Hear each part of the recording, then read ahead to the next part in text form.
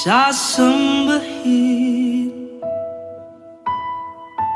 sa buhay natin. Mayroong isang bukod tangi sa lahat, at ibigin ng tapat.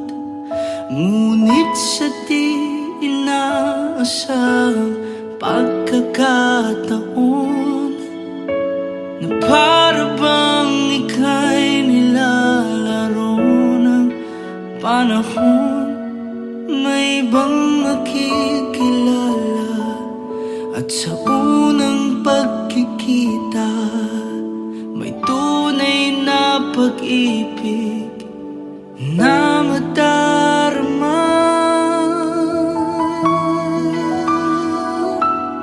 Bakit ba hindi ka nakilala nang ako'y malaya pa, at hindi ngayon ang puso ko may kapiling na?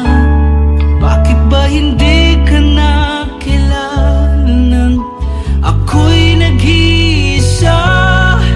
Sinong ibigin?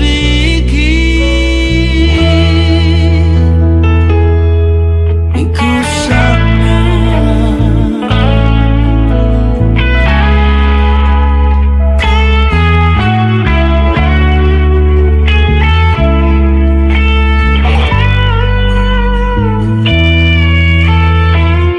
Di mo napapansin